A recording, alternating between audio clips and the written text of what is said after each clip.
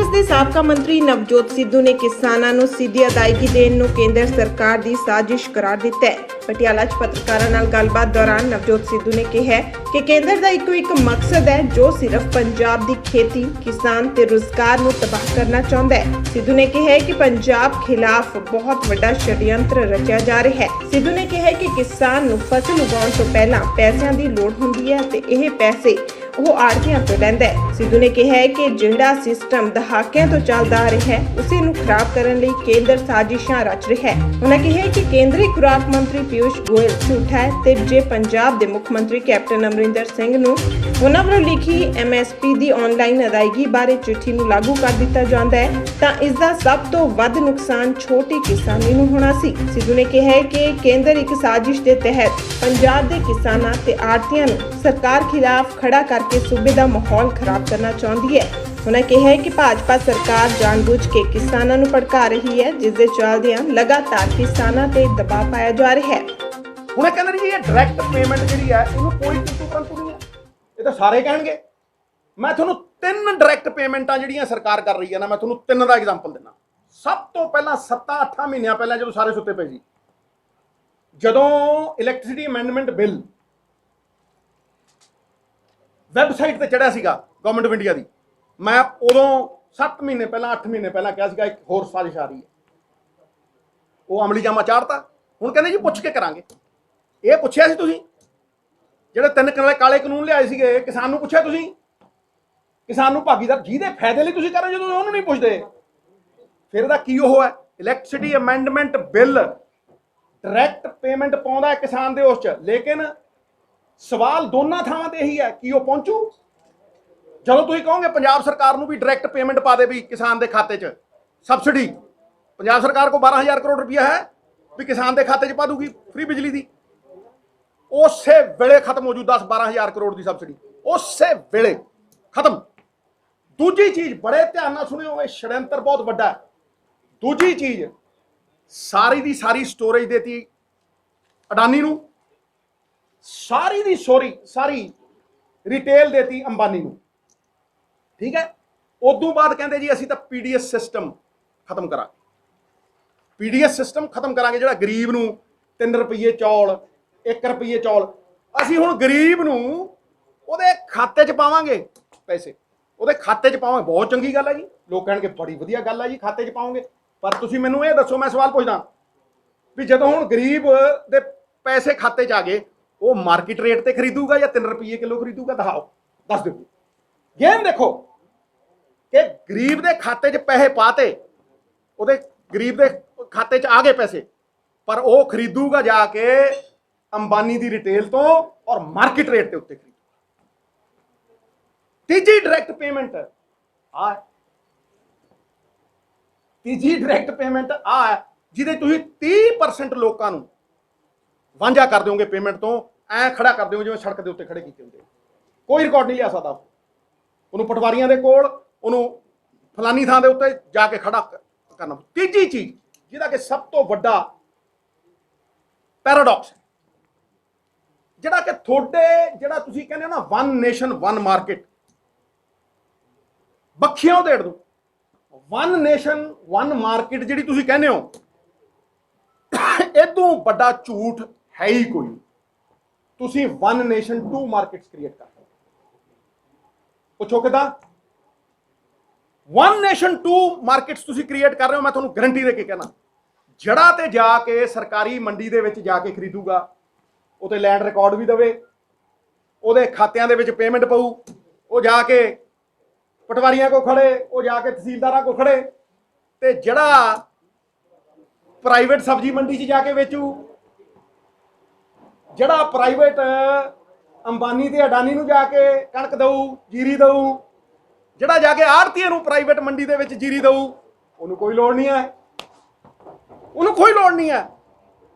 ਉਹਨੂੰ ਨਾ ਕਾਗਜ਼ ਦਿਖਾਉਣ ਦੀ ਲੋੜ ਹੈ। ਉਹਨੂੰ ਭਾਵੇਂ ਆਨਲਾਈਨ ਪੇਮੈਂਟ ਕਰ ਦਿਓ, ਉਹਨੂੰ ਭਾਵੇਂ ਜਿਵੇਂ ਮਰਜ਼ੀ ਕੈਸ਼ 'ਚ ਪੇਮੈਂਟ ਕਰ ਦਿਓ। ਕਿ ਤੁਹਾਡੇ ਪਿਓ ਦਾ ਰਾਜ ਹੈ ਵੀ ਇੱਕ ਕਾਨੂੰਨ ਤੁਸੀਂ 2 ਤਰੀਕਿਆਂ ਨਾਲ 2 ਬੰਦਿਆਂ ਤੇ ਲਾਓਗੇ।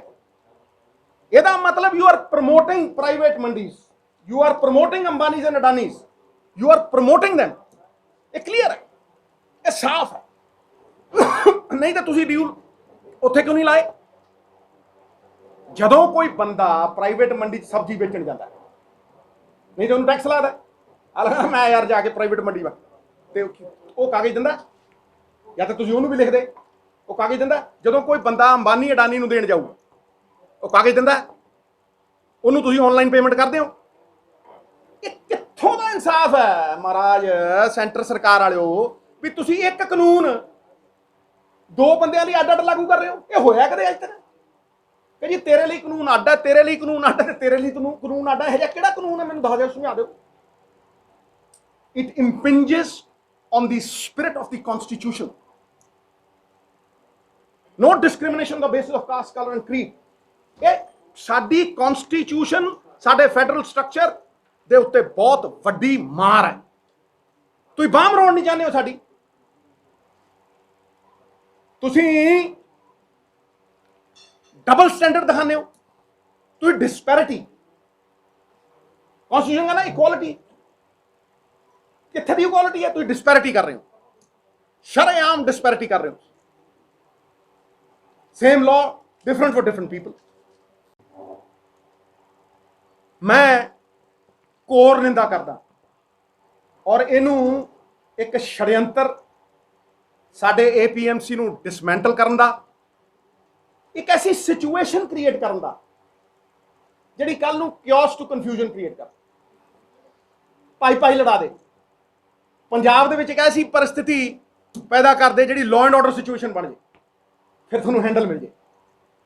ਫਿਰ ਤੁਹਾਡੇ ਚਾਰ ਲਗਾੜੇ ਉੱਠ ਕੇ ਜਿਹਨਾਂ 2 ਸੀਟਾਂ ਨਹੀਂ ਮਿਲਦੀਆਂ ਉਹ ਗਵਰਨਰ ਕੋਲ ਜਾਣ ਤੇ ਕਹਿਣ ਦੇਖੋ ਜੀ ਆ ਦੇਖੋ ਸਥਿਤੀ ਖਰਾਬ ਹੋ ਗਈ। ਜਾਓ ਨਾ ਬਿਹਾਰ ਦੇ ਵਿੱਚ ਤਾਂ ਕਹੋ ਸਥਿਤੀ ਖਰਾਬ ਹੋ ਗਈ, ਰੈਫਟੇ ਵੱਜਦੇ ਆ, ਧੱਕੇ ਮਾਰ ਲਿਜਾਂਦੇ ਆ ਉਹ। ਜਾਓ ਨਾ ਕੋ ਚੀਫ ਉੱਥੇ ਹਰਿਆਣੇ ਦੇ ਵਿੱਚ ਔਰ ਕਹੋ ਕਿ ਚੀਫ ਮਿਨਿਸਟਰ ਦਾ ਹੈਲੀਕਾਪਟਰ ਨਹੀਂ ਉਤਰਨ ਦਿੰਦੇ, ਡਿਪਟੀ ਸੀਐਮ ਨੂੰ ਪੈਰ ਨਹੀਂ ਧਰਨ ਦਿੰਦੇ। ਉੱਥੇ ਸਥਿਤੀ ਠੀਕ ਹੈ, ਆਪਣੀ ਵਾਰੀ ਆਊਂ ਹੈ। ਯੂ ਆਰ ਇਨਸਾਈਟਿੰਗ them, ਤੁਸੀਂ ਇਨਸਟੀਗੇਟ ਕਰ ਰਹੇ ਹੋ ਸਾਡੇ ਕਿਸਾਨ। ਤੁਸੀਂ ਉਹਨੂੰ ਪੀਸਫੁਲ ਪ੍ਰੋਟੈਸਟ ਕਰਨ ਤੋਂ ਬਹੁਤ ਜ਼ਿਆਦਾ ਉਹਦੀ ਬਾਂਹ ਮਰੋੜ ਰਹੇ ਹੋ। I categorically declare it as economic blackmail. ਮੈਂ ਕਹਿੰਦਾ ਇਹ ਇਕਨੋਮਿਕ ਬਲੈਕਮੇਲ ਹੈ ਵੀ ਤੁਸੀਂ ਸਾਡੇ ਪਹਿਲਾਂ ਗੱਡੀਆਂ ਰੋਕਤੀਆਂ ਸੀ, ਤੁਸੀਂ ਸਾਡੇ ਤੇ ਪ੍ਰੈਸ਼ਰ ਪਾਉਂਦੇ ਹੋ। ਪੰਜਾਬੀ ਨੇ ਪੰਜਾਬੀ ਪਿਆਰ ਨਾਲ ਜਾਨ ਮੰਗੋ, ਜਾਨ ਵਾਰ ਦੇਣਗੇ। ਵਾਰੀ ਹੈ, ਇਹ ਉਹ ਸਟੇਟ ਹੈ ਜਿਹਨੇ ਦੇਸ਼ ਲਈ ਜਾਨਾਂ ਵਾਰੀਆਂ। ਪਰਮਵੀਰ ਚੱਕਰ ਜਿੱਤੇ 2% ਲੋਕਾਂ ਨੇ ਮੇਰੇ ਖਿਆਲ 67% ਲੋਕਾਂ ਦਾ ਪੇਟ ਭਰਿਆ। ਹਾਂਜੀ, ਹੁਣ ਮੈਂ ਅਗਲੇ ਪੁਆਇੰਟ ਤੇ ਆਉਣਾ। ਇਹ ਹਟ ਕੇ ਹੈ ਚਿੱਠੀ ਤੋਂ ਥੋੜਾ ਜਿਹਾ, ਪਰ ਇਹ ਜੁੜਿਆ ਹੋਇਆ। ਇਹ ਹੈਗਾ ਜਿਹੜੀ RBI ਦੀ ਸਾਡੀ ਕੈਸ਼ ਕ੍ਰੈਡਿਟ ਲਿਮਿਟ ਹੈ। ਇਹ ਪੁਆਇੰਟ ਨੰਬਰ 4 ਹੈ, non extension of the cash credit limit ਜਿਹੜੀ RBI ਦੀ ਹੈ ਸਾਡੇ ਤੇ 89,200 ਕਰੋੜ ਦਾ ਕਰਜ਼ਾ। ਤੁਸੀਂ ਫਿਰ ਤੁਗਲਕੀ ਫਰਮਾਨ ਜਾਰੀ ਕਰਦੇ ਹੋ ਔਰ 3 ਦਿਨ ਦੇ ਵਿੱਚ ਤੁਸੀਂ NP ਡਿਕਲੇਅਰ ਕਰ ਦਿੰਦੇ ਹੋ। ਦਸ਼ਕਾਂ ਤੋਂ ਚੱਲਿਆ ਆ ਰਿਹਾ ਇੱਕ ਸਿਸਟਮ ਜਿਹਦੇ ਚ RBI ਸਾਨੂੰ ਫੈਸਿਲਿਟੇਟ ਕਰਦੀ ਸੀ। ਹਾਂਜੀ, ਅਸੀਂ ਵੀ ਖਰੀਦਦੇ ਸੀ, ਉਹ ਵੀ ਖਰੀਦਦੇ ਸੀ, FCI ਉਹ ਖਰੀਦੀ। ਤੁਸੀਂ ਇੱਕੋ ਦਮ 3 ਦਿਨ ਪਹਿਲਾਂ ਤੁਸੀਂ ਇਹ ਕਹਿੰਦੇ ਹੋ ਕਿ ਜੀ 21 ਤਰੀਕ ਨੂੰ ਮਾਰਚ ਦੀ ਤੁਸੀਂ NP ਹੋ ਗਏ, ਤੁਹਾਡਾ ਜਿਹੜਾ ਅਕਾਊਂਟ ਹੈ ਉਹ ਆਊਟ ਆਫ ਆਰਡਰ ਹੋ ਗਿਆ। ਆਈ ਕੁਐਸਚਨ ਦ ਟਾਈਮਿੰਗ। ਮੈਂ ਸਵਾਲ ਖੜੇ ਕਰਦਾ ਇਸ ਟਾਈਮਿੰਗ ਦੇ ਉੱਤੇ। ਇਹ ਹੁਣੇ ਹੀ ਕਿਉਂ ਸੁਝਿਆ ਤੁਹਾਨੂੰ? ਇਹ ਅੱਜ ਹੀ ਤੁਸੀਂ ਕਿਉਂ ਕਹਿਣਾ ਚਾਹੁੰਦੇ ਹੋ ਵੀ ਸਾਡਾ ਜਿੰਨਾ ਕਰਜ਼ਾ ਤੁਸੀਂ RBI ਮਨਾ ਕਰ ਰਿਹਾ? ਹਰ ਸੰਸਥਾ ਨੂੰ ਤੁਸੀਂ ਕਠਪੁਤਲੀ ਬਣਾ ਲਿਆ ਆਪਦੇ ਇਸ਼ਾਰਿਆਂ ਦੇ ਉੱਤੇ। ਆਪਦੇ ਸੈਲਫਿਸ਼ ਵੈਸਟਡ ਇੰਟਰਸਟ ਨੂੰ ਤੁਸੀਂ ਸਟੇਟਾਂ ਦੀ ਬਾਂਹ ਮਰੋੜਨ ਦੇ ਲਈ ਯੂਜ਼ ਕਰਦੇ ਹੋ, ਤੁਸੀਂ ਸਟੇਟਾਂ ਦੇ ਖਿਲਾਫ ਯੂਜ਼ ਕਰਦੇ ਹੋ। ਫਿਰ ਅਲਫਾਜ਼ ਕਿੰਨਾ ਖੂਬਸੂਰਤ ਯੂਜ਼ ਕਰਦੇ ਹੋ ਜਿਹੜਾ ਕਿ ਡਾਇਰੈਕਟਲੀ ਕੰਟਰਾਡਿਕਟਰੀ ਹੈ। ਤੁਸੀਂ ਸਾਡੇ ਕਿਸਾਨ ਨੂੰ ਸਜ਼ਾ ਦੇਣ ਦੇ ਲਈ ਕਰ ਰਹੇ ਹੋ। ਵੀ ਉਹ ਤੁਹਾਡੇ ਖਿਲਾਫ ਖੜਾ ਹੈ। ਇਸ ਦੇਸ਼ ਦੇ ਵਿੱਚ ਪੀਸਫੁਲ ਪ੍ਰੋਟੈਸਟ ਜਿਹੜਾ ਹੈ ਉਹ ਜੁਰਮ ਹੋ ਗਿਆ। ਹੁਣ ਸੱਤਿਆਗ੍ਰਹਿ ਜਿਹੜਾ ਹੈ ਜਿਹਦੀ ਸਫਲਤਾ ਨੂੰ ਤੁਸੀਂ ਰੋਕ ਨਹੀਂ ਸਕਦੇ, ਉਹਦੀ ਬਦਨਾਮੀ ਤੁਸੀਂ ਸ਼ੁਰੂ ਕਰ। ਔਰ ਤੁਸੀਂ ਸ਼ਬਦ ਕੀ ਯੂਜ਼ ਕਰ ਰਹੇ ਹੋ? Cooperative federalism. ਵਾਹ, ਦੇਖੋ ਕਿੰਨੀ ਸੋਹਣੀ ਅੰਗਰੇਜ਼ੀ ਸਿੱਖੀ। ਅਸੀਂ ਵੀ ਅੰਗਰੇਜ਼ੀ ਸਕੂਲਾਂ ਦੇ ਪੜ੍ਹਿਆ ਮਿੱਤਰਾ। ਕਾਟ ਦਿਆਂਗੇ ਇਹਨੂੰ, ਵਾਰ ਕਰਾਂਗੇ, ਤੁਹਾਡੇ ਬੰਬ ਦੇਉਂ ਕੱਢ, ਜਵਾਬ ਨਹੀਂ ਆਣੇ ਤੁਹਾਨੂੰ। ਕੋਆਪਰੇਟਿਵ ਫੈਡਰਲਿਜ਼ਮ, ਵੀ ਇੱਥੇ ਤੁਹਾਡੇ ਨਾਲ ਬੜੀ ਕੋਆਪਰੇਸ਼ਨ ਕਰ ਰਹੇ ਹਾਂ। ਹਾਂਜੀ, ਤੁਹਾਡਾ ਅਕਾਊਂਟ ਬੰਦ ਕਰ ਰਹੇ ਹਾਂ, ਤੁਹਾਨੂੰ ਐਨਪੀਏ ਡਿਕਲੇਅਰ ਕਰ ਰਹੇ ਹਾਂ, ਤੁਹਾਡਾ ਅਕਾਊਂਟ ਆਊਟ ਆਫ ਆਰਡਰ ਕਰ ਰਹੇ ਹਾਂ, ਫਿਰ ਕਹਿ ਰਹੇ ਹਾਂ ਵੀ ਤੁਹਾਨੂੰ ਤੁਹਾਡੇ ਤੇ ਆਸਾਨ ਕਰ ਰਹੇ ਹਾਂ। ਮੈਂ ਪੁੱਛਦਾ ਗੋਇਲ ਸਾਹਿਬ, ਆ ਵੇਖ ਛਾਤੀ ਚੌੜੀ ਕਰਕੇ ਡੰਕੇ ਦੀ ਚੋਟ ਤੇ ਪੁੱਛਦਾ, ਯੂ ਆਰ ਦੀ ਫੇਸ। ਤੁਸੀਂ ਹਰ ਥਾਂ ਤੇ ਬੈਠਦੇ ਹੋ, ਜਿੱਥੇ ਐਗਰੀਕਲਚਰ ਮਿਨਿਸਟਰ ਵੀ ਬੈਠਦਾ ਉੱਥੇ ਵੀ ਤੁਸੀਂ ਨਾਲ ਬੈਠਦੇ। ਮੈਂ ਜਾਣਦਾ ਤੁਸੀਂ ਚਾਰਟਰਡ ਅਕਾਊਂਟੈਂਟ ਹੋ, ਮੇਰੇ ਵਧੀਆ ਦੋਸਤ ਹੋ, ਮੈਨੂੰ ਪਿਆਰ ਹੈ ਤੁਹਾਡੇ ਨਾਲ, ਪਰ ਇੱਥੇ ਸਵਾਲ ਪੰਜਾਬ ਦਾ ਹੈ। ਮੈਂ ਪੁੱਛਦਾ ਔਰ ਮੈਂ ਸਵਾਲ ਕਰਦਾ ਕਿ ਇਹ ਜਿਹੜਾ ਕੋਆਪਰੇਟਿਵ ਫੈਡਰਲਿਜ਼ਮ ਹੈ ਤਾਂ ਠੀਕ ਹੈ, ਤੁਹਾਨੂੰ ਕਿਸਾਨ, ਮਜ਼ਦੂਰ ਔਰ ਜਿੰਨੇ ਵੀ ਸਾਡੇ ਛੋਟੇ ਕਿਸਾਨ ਨੇ, ਉਹਨਾਂ ਦੀ ਉਦੋਂ ਯਾਦ ਨਹੀਂ ਆਈ, ਉਹਨਾਂ ਦੀ ਉਦੋਂ ਯਾਦ ਨਹੀਂ ਆਈ ਜਦੋਂ ਤੁਸੀਂ ਅੰਬਾਨੀ ਨੂੰ ਪੈਸੇ ਛੱਡਦੇ ਹੋ, ਜਦੋਂ ਤੁਸੀਂ ਐਨਪੀਏ ਵੱਡੇ ਵੱਡੇ ਕਾਰਪੋਰੇਟਸ ਤੇ ਤੁਸੀਂ ਛੱਡਦੇ ਹੋ, ਜਦੋਂ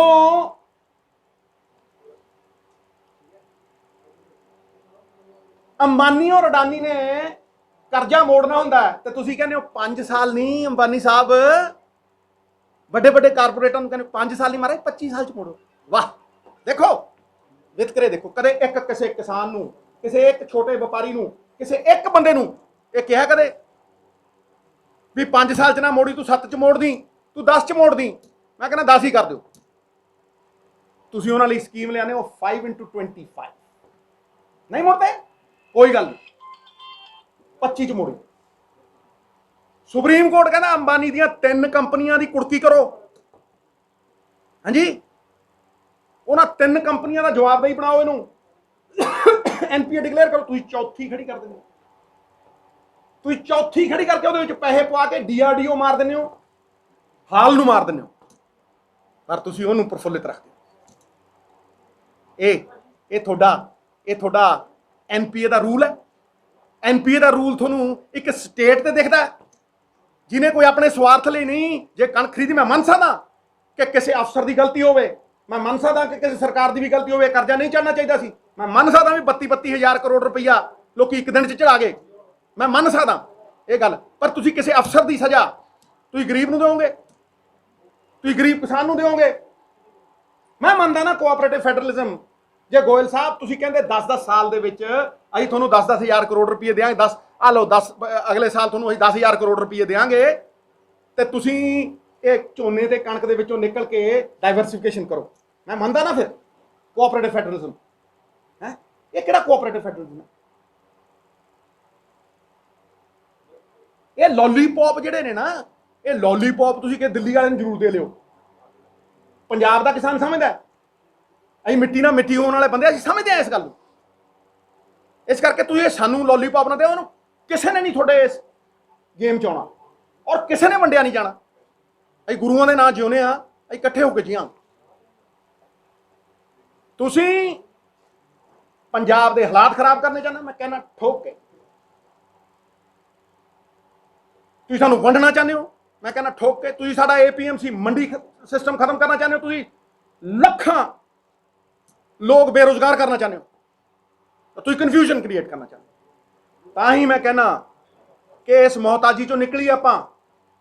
ਮੈਂ ਕਿੰਨੀ ਵਾਰ ਕਹਿ ਚੁੱਕਿਆ, ਹੱਲ ਦੇ ਚੁੱਕਿਆ, ਔਰ 20 ਵਾਰ ਦੁਹਰਾ ਚੁੱਕਿਆ। ਇੱਕ ਵਾਰ ਫਿਰ ਦੁਹਰਾ ਦਿੰਦਾ ਕਿ ਪੰਜਾਬ ਸਰਕਾਰ ਇਕੱਠੀ ਹੋ ਕੇ ਅੱਜ 1,90,000 ਕਰੋੜ ਦੀ ਲਿਮਿਟ ਹੈ। ਪੰਜਾਬ ਸਰਕਾਰ ਕਿਸਾਨ ਯੂਨੀਅਨਾਂ ਦੇ ਨਾਲ ਇਕੱਠੀ ਹੋ ਕੇ ਸਾਰੇ ਰਲ ਮਿਲ ਕੇ, ਬਗੈਰ ਇੱਕ ਦੂਜੇ ਤੇ ਉਂਗਲਾਂ ਚੱਕੇ, ਬਗੈਰ ਇੱਕ ਦੂਜੇ ਤੇ ਤੋਹਮਤਾਂ ਕਸੇ, ਇੱਕ ਇਕਨੋਮਿਕ ਮਾਡਲ ਖੜਾ ਕਰੀਏ ਭਾਈ, ਇੱਕ ਆਰਥਿਕ ਮਾਡਲ ਖੜਾ ਕਰੀਏ। ਜਦ ਤੱਕ ਅਸੀਂ ਆਰਥਿਕ ਮਾਡਲ ਖੜਾ ਨਹੀਂ ਕਰਦੇ, ਇਹ ਸਾਡੀਆਂ ਬਾਹਾਂ ਮਰੋੜਦੇ ਰਹਿਣਗੇ। ਤੇ ਮੈਂ ਤੁਹਾਨੂੰ ਕਹਿਣਾ ਕਿ ਜੇ ਤੁਸੀਂ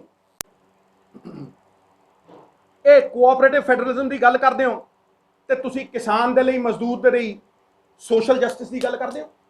ਮੈਂ ਕਹਿੰਦਾ ਸੋਸ਼ਲ ਜਸਟਿਸ ਦੀ ਗੱਲ ਕਰੋ, ਇਕੁਆਲਿਟੀ ਦੀ ਗੱਲ ਕਰਦੇ ਹੋ, ਤੁਸੀਂ ਡਿਸਪੈਰਿਟੀ ਦੀ ਗੱਲ, ਤੁਸੀਂ ਅਨਿਆਂ ਕਰ ਰਹੇ ਹੋ। ਤੁਸੀਂ ਸਾਡਾ ਪੀਸ ਜਿਹੜਾ ਹੈਗਾ ਉਹ ਜ਼ਾਰ ਕਰਨਾ ਚਾਹੁੰਦੇ ਹੋ, ਬਹਾਨੇ ਬਣਾਉਂਦੇ ਹੋ, ਲਾਅ ਐਂਡ ਆਰਡਰ ਸਿਚੁਏਸ਼ਨ ਪੈਦਾ ਕਰਨਾ ਚਾਹੁੰਦੇ ਹੋ, ਸਾਡੀ ਆਰਥਿਕ ਵਿਵਸਥਾ ਨੂੰ ਅਸਤ ਵਿਅਸਤ ਕਰਨਾ ਚਾਹੁੰਦੇ ਹੋ। ਆਈ ਰੈਸਟ ਮਾਈ ਕੇਸ। ਇਹ 4 ਪੁਆਇੰਟਾਂ ਦੇ ਕੋਈ ਆ ਜੇ ਮਾਈ ਦਾ ਲਾਲ ਤੇ ਗੱਲ ਕਰੇ। ਚਿੱਠੀਆਂ ਲਿਖਣਾ ਕੁਝ ਨਹੀਂ ਹੁੰਦਾ ਮਿੱਤਰਾ, ਨੀਅਤ ਸਾਫ਼ ਚਾਹੀਦੀ ਹੈ। ਸਿਆਸਤ ਹੈ ਨਾ ਜਿਹੜੀ, ਇਹ ਸੱਚਾਈ ਨੂੰ ਦੇਖਣ ਹੀ ਨਹੀਂ ਦਿੰਦੀ, ਇਹ ਸੱਚਾਈ ਨੂੰ ਸਮਝਣ ਨਹੀਂ ਦਿੰਦੀ। ਗਹਿਰੀ ਹੈ ਨਾ, ਕਿਤੇ ਆਇਨਾ ਨਹੀਂ ਦਿਖਦਾ, ਕਿਤੇ ਚਿਹਰਾ ਨਹੀਂ ਦਿਖਦਾ। ਇਹ ਵਾਰ ਕਰਦੇ ਆ ਲੁਕ ਛਿਪ ਕੇ, ਗੁੜ ਦੇ ਕੇ ਮਾਰਦੇ, ਨਾਲੇ ਕਹੀ ਜਾਂਦੇ ਆ, ਕਹਿੰਦੇ ਕੁਛ ਨੇ, ਕਰਦੇ ਕੁਛ। ਪੋਤੜੇ ਖੋਲਦੇ ਤੇ ਮੈਂ ਮੈਦਾਨ ਚ ਉਤਰੂ, ਆਇਆ ਲੋ, ਇੰਚ ਪਿੱਛੇ ਨਹੀਂ ਹਟਦਾ। I will not flinch nor back an inch. 100 ਵਾਰ 1000 ਵਾਰ ਸੋਚਣਾ ਤਾਂ ਨਿਰਣਾ ਲੈਣਾ। ਜਿਹੜਾ ਨਿਰਣਾ ਲੈਣਾ ਉਹ ਤੋਂ ਪਿੱਛੇ ਨਹੀਂ ਹਟਿਆ। ਕੋਈ ਬੰਦਾ ਕਹਿ ਦੇ ਕਿ ਸਿੱਧੂ ਸਾਹਿਬ ਆ ਤੂੰ 10 ਸਾਲ ਪਹਿਲਾਂ ਕਿਹਾ ਸੀ ਤੇ ਅੱਜ ਮੁੱਕਰ ਗਿਆ, ਕੋਈ ਕਹਿ ਦੇ। ਦੇਸ਼ ਦੁਨੀਆ ਦੀ ਹਰ ਖਬਰ ਤੇ ਨਜ਼ਰ ਰੱਖਣ ਦੇ ਲਈ ਹੁਣ ਸਾਡਾ ਡੇਲੀ ਇੰਟਰਨੈਸ਼ਨਲ ਐਡੀਸ਼ਨ ਪੜ੍ਹਨ ਦੇ ਲਈ ਲੌਗਇਨ ਕਰੋ ਸਾਡੀ ਵੈਬਸਾਈਟ ਤੇ www.apnapunjabmedia.com ਤੇ ਇਸੇ ਦੇ ਨਾਲ ਹੀ ਤੁਸੀਂ ਇੱਥੇ ਸਾਡਾ ਡੇਲੀ ਈ-ਪੇਪਰ ਵੀ ਪੜ੍ਹ ਸਕਦੇ ਹੋ ਤੇ ਜਲਦ ਹੀ ਵਿਜ਼ਿਟ ਕਰੋ ਸਾਡੀ ਵੈਬਸਾਈਟ ਤੇ।